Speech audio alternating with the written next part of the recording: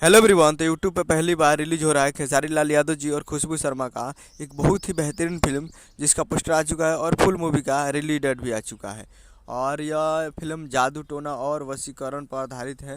खेसारी लाल यादव जी की यह फिल्म मेरे नैना तेरे नैना रोंगटे खड़े कर देगा। यह फिल्म एक बार जरूर देखें। तुर्कर त्रिकोणीय प्रेम कहानी पर आधारित फिल्म है मेरे नैना तेरे नैना में फिल्म की एक्ट्रेस खुशबू शर्मा और फिल्म के हीरो खेसारी लाल यादव जी को वशीकरण के जरिए हासिल करना चाहती है।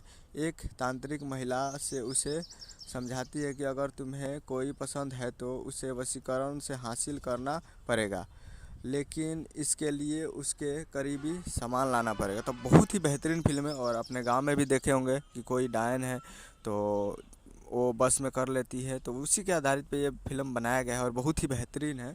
तो आप लोग अभी तक नहीं देखें तो आप लोग जाइए और जाकर इस फिल्म को यूट्यूब पे आ गया है तो वे म्यूजिक पे जाकर इसको देख सकते हैं।